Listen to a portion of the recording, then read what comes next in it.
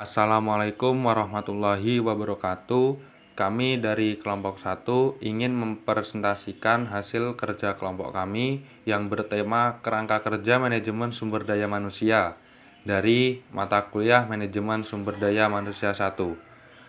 Perkenalkan, nama saya Surya Aila Mahendra dan teman saya Muhammad Gilang Rizky Pratama. Masuki materi pertama, yaitu ada pengertian sejarah lahirnya manajemen sumber daya manusia. Sejarah manajemen sumber daya manusia bermula dari pandangan awal yang melihat tenaga kerja hanya sebagai alat produksi, lalu berkembang menjadi suatu fungsi yang fokus pada pengelolaan potensi manusia di dalam organisasi.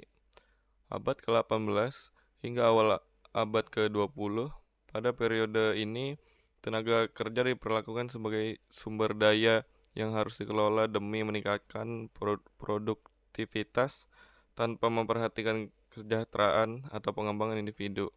Awal abad ke-20, yaitu Fordisme, Henry Ford memperkenalkan kebijakan upah yang lebih tinggi dan jam kerja yang lebih singkat, yang menunjukkan perhatian terhadap kesejahteraan pekerja. Berikutnya, 1930-an hingga 1950-an Human Relations Movement, eksperimen Hawthorne yang dilakukan oleh Elton Mayo membuktikan bahwa kepuasan kerja dan hubungan antara individu mempengaruhi produktivitas yang mengarah pada pendekatan yang lebih berbasis pada hubungan manusia.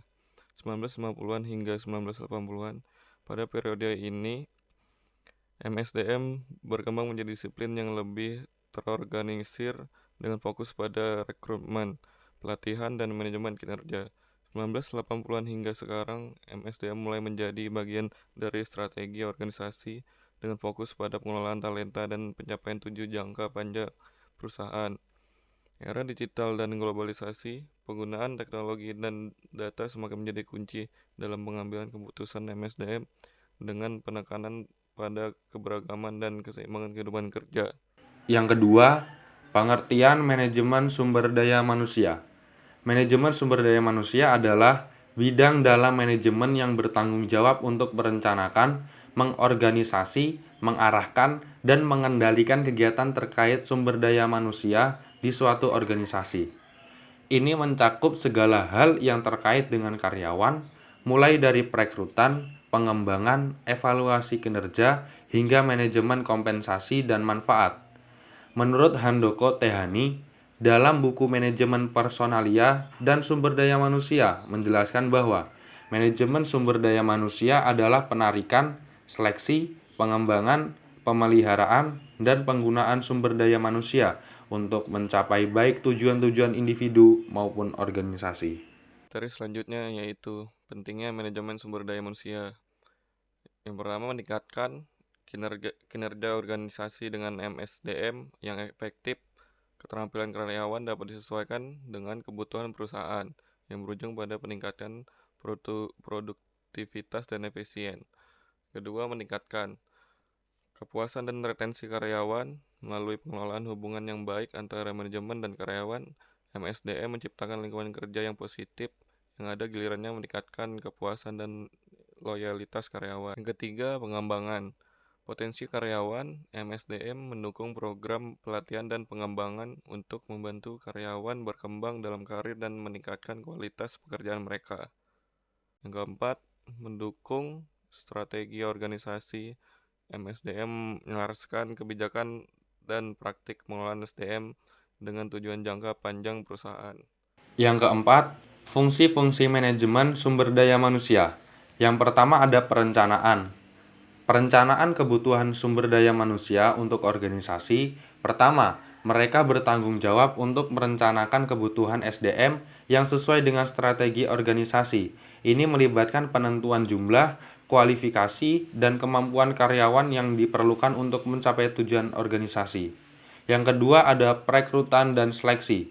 Perekrutan dan seleksi selanjutnya, fungsi manajemen sumber daya manusia termasuk dalam perekrutan dan seleksi karyawan yang berkualitas.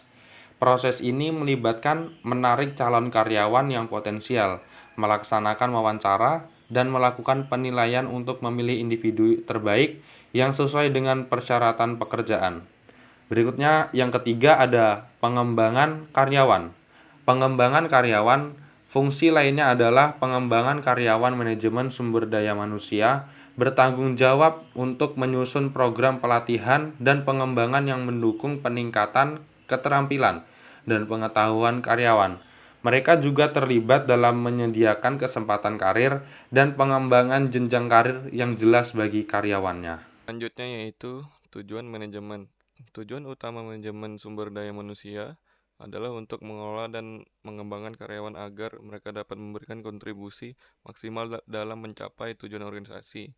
Beberapa tujuan utama MSDM meliputi: yang pertama, meningkatkan kinerja, menyesuaikan keterampilan karyawan dengan kebutuhan organisasi sehingga produktivitas dan efisiensi meningkat. Yang kedua, pengembangan karyawan, meningkatkan kemampuan dan keterampilan karyawan melalui pelatihan dan pengembangan karir. Yang ketiga, meningkatkan kepuasan dan retensi, menciptakan lingkungan kerja yang mendukung untuk meningkatkan kepuasan dan loyalitas karyawan. Yang keempat, mendukung strategi organisasi, melaraskan kebijakan dan praktik MSDM dengan visi dan misi jangka panjang organisasi. Berikutnya ada kebijakan manajemen sumber daya manusia dan kegiatan manajemen sumber daya manusia. Yang pertama, kebijakan manajemen sumber daya manusia adalah pedoman dan prosedur yang digunakan organisasi untuk mengelola tenaga kerjanya. Kebijakan ini berlaku untuk berbagai aspek seperti rekrutmen, pelatihan, evaluasi, dan kompensasi. Contoh kebijakan manajemen sumber daya manusia, penerapan sistem penghargaan. Yang pertama ada sistem pelatihan, yang kedua ada standar kinerja dan peningkatan, yang ketiga ada jenjang karir yang jelas dan terencana, yang keempat ada standar kompetensi kerja, yang kelima ada klasifikasi pekerjaan. Berikutnya, kegiatan manajemen sumber daya manusia. Kegiatan manajemen sumber daya manusia meliputi perencanaan, perorganisasian, pengarahan, dan pengendalian. Kegiatan ini dilakukan untuk mengelola tenaga kerja di suatu organisasi. Perencanaan sumber daya manusia mengidentifikasi kebutuhan tenaga kerja berdasarkan visi dan misi perusahaan perekrutan. Mencari dan memilih calon karyawan yang sesuai dengan kebutuhan perusahaan. Pelatihan membekali karyawan dengan pengetahuan dan keterampilan yang dibutuhkan untuk bekerja secara maksimal. Materi selanjutnya yaitu basis teori manajemen sumber daya manusia. Basis teori manajemen sumber daya manusia mencakup berbagai pendekatan yang mendasari praktik pengelolaan SDM dalam organisasi. Beberapa teori utama dalam MSDM adalah teori klasik, menekankan pada efisiensi kerja dan struktur organisasi yang jelas seperti teori manajemen ilmiah dari Frederick Taylor yang fokus pada prosedur standar dan insentif berbasis kinerja. Yang kedua, teori perilaku, mengutamakan pentingnya hubungan antar karyawan dan faktor psikologis seperti teori motivasi Maslow yang berfokus pada pemenuhan kebutuhan karyawan untuk meningkatkan motivasi dan kepuasan kerja.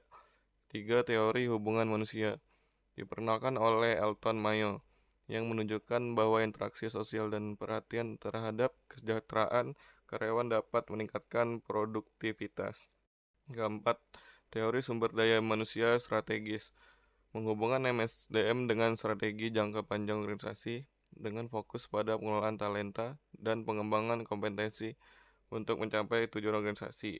Yang kelima, teori kompetensi menekankan pada pengembangan kompetensi individu dalam organisasi untuk mencapai kinerja optimal, seperti model kompetensi yang mengidentifikasikan keterampilan dan pengetahuan yang dibutuhkan dalam pekerjaan tertentu. Secara keseluruhan, teori-teori ini memberikan dasar yang kuat bagi pengelolaan sumber daya manusia yang efektif untuk meningkatkan kinerja organisasi dan kesejahteraan karyawan. Berikutnya, tantangan dalam manajemen sumber daya manusia. Tantangan dalam manajemen sumber daya manusia meliputi 1. Retensi karyawan.